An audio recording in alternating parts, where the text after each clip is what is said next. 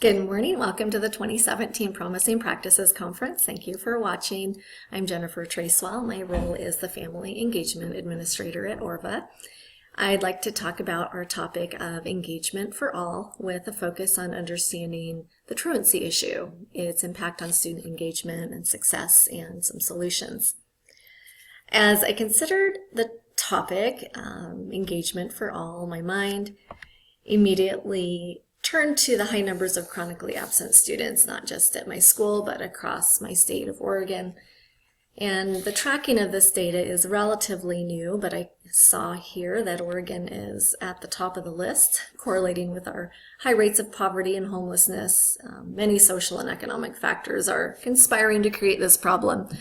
And the impact of the absenteeism, I'm sure you can predict. It's an unengaged student, and this affects their ability to succeed and graduate. The data that I was looking at came from a brief from my Oregon Department of Education titled School Attendance, Absenteeism, and Student Success. And it highlights the high correlation between absenteeism, attendance, student outcomes. This report focuses on students whose attendance rates are below 90%, and they're referred to as chronically absent. And this chart here highlights those students who have higher attendance rates are far more likely to meet state academic standards, particularly in math. Graph 4 right here shows the gaps between chronically absent students and their peers. In math, 66% of students who are not chronically absent meet state standards, while only 46% of chronically absent students meet the standards. So that data is very troubling, and it impacts, of course, by the time that cohort's graduating. The on-time graduation rate by 12th grade attendance shows a 16 percentage point difference for those in the chronically absent category. And there's actually an even greater impact on virtual schools than what you would see here, a much greater gap. So that's the bad news, but I wanted to talk to you today on this engagement for all topic, how to engage all students and combat this chronic absenteeism.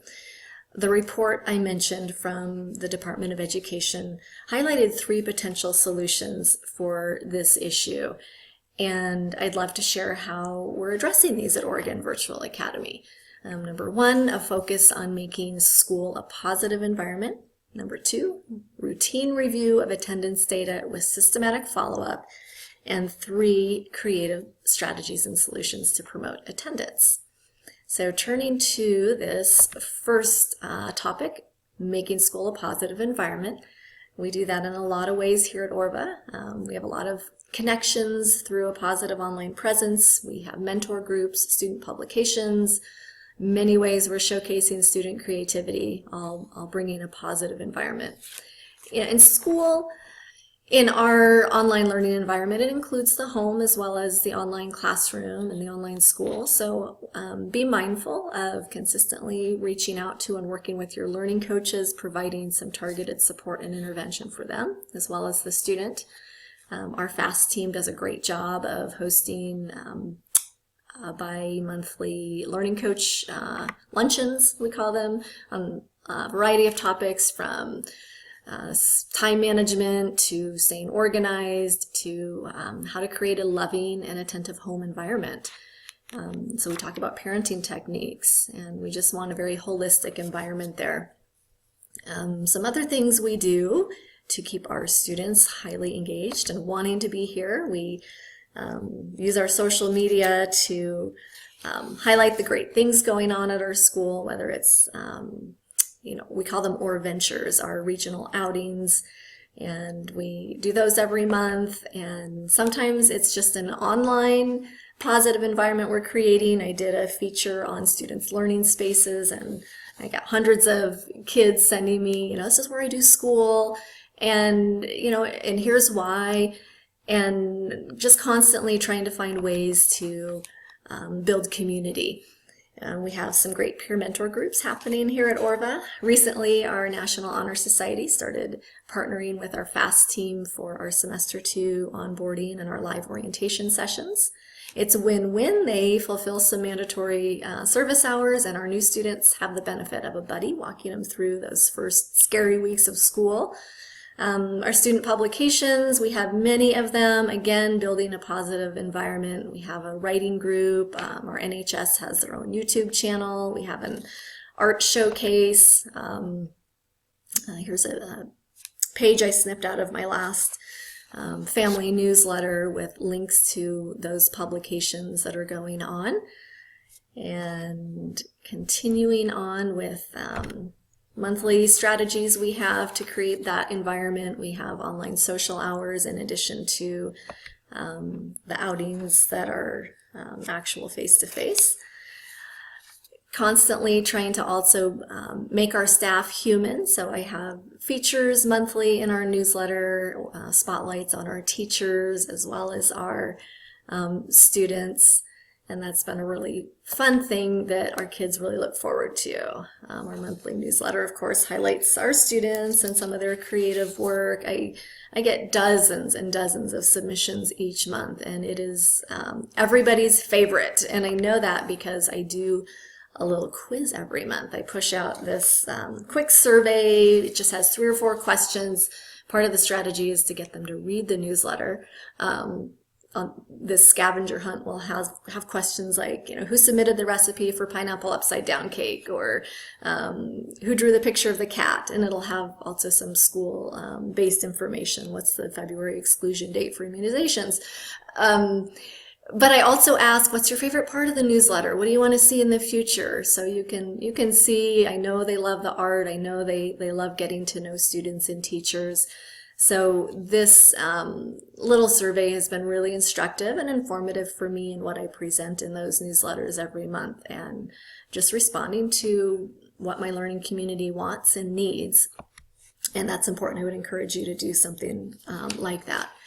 All right, turning to the second point, we've built this positive environment, and they say if you build it, they will come, but it's sometimes a struggle to get them to come, and we don't want to overlook that we've built it. That doesn't mean they're just going to automatically show up, so we need to provide some extra support sometimes, and part of that is looking at the data, figuring out which kids need that extra support. So we have a wonderful family compliance liaison who is very on top of pulling our attendance data daily, weekly, getting those truancy warnings and notices out. But sometimes that feels like an autopsy. Okay, here's all the kids who are not coming.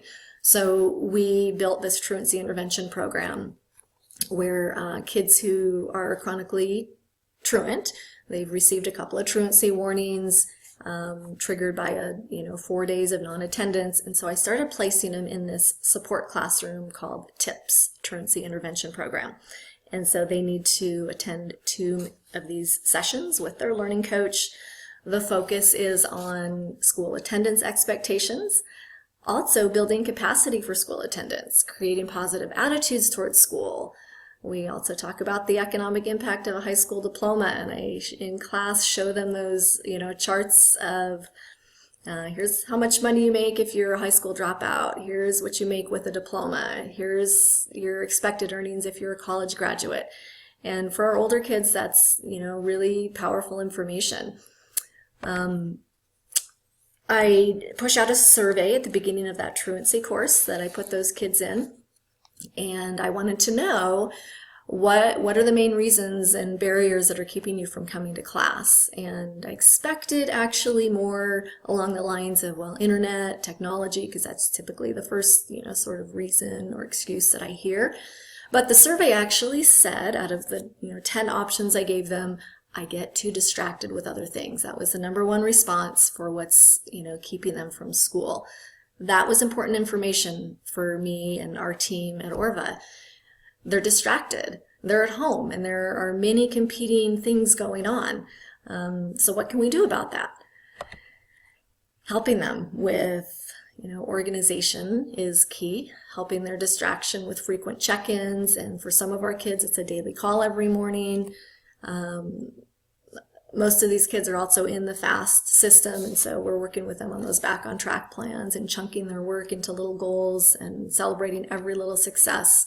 After students complete TIPS, I actually place them in another support room called the Raising Attendance Project, or the ORVA RAP. They're in here for another 8 to 10 weeks so we can monitor their progress, give them feedback, rewards. And that's been really a neat thing. I needed to know if my truancy intervention was working. And so I keep an eye on these students who've gone through TIPS and look at the data.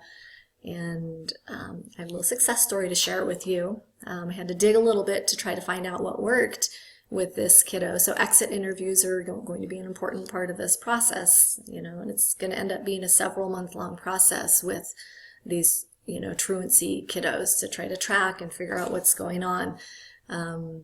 So this is a slide showing, what I'm offering them. I'm giving them a little bit of motivation that if over the next month you have at least 2 contacts a week, that's how we count attendance at ORVA by state law, and you're raising your progress or grade in at least 3 courses, they're entered into this drawing for an Amazon gift card. So one little story I'll share with you out of my first cohort of TIPS. Robert was a senior who came to me chronically truant. That's how they end up in this classroom, is they've had multiple weeks of non-attendance or maybe making the bare minimum. So he started failing everything except it looks like 1 course, everything but advisory. And you can see the trajectory. He, a week after TIPS, he took a little baby step. He did 1 geography quiz. The rest is history. He ended up passing all of his classes. He's one of our January graduates. From that point on, he had perfect attendance. So something we did worked. So I did a lengthy exit interview with Robbie to find out, hey, what was it that we did that really was a turning point for you? I won't read through all of these slides, but a couple of things that stood out to me from his story was he was very motivated to graduate from high school. He really appreciated that slide of how much money you'll earn as a high school graduate versus a dropout. He's not college bound, and that's okay. And so he needed to know that we supported that as well. He had an idea for exactly what he wanted to do, and it's a sort of a trade school. Awesome. He had this feeling of dread. There was so much going on in his life, he couldn't even focus on what do I do first. That's important, and we're going to see that in a lot of our students who have chronic attendance issues.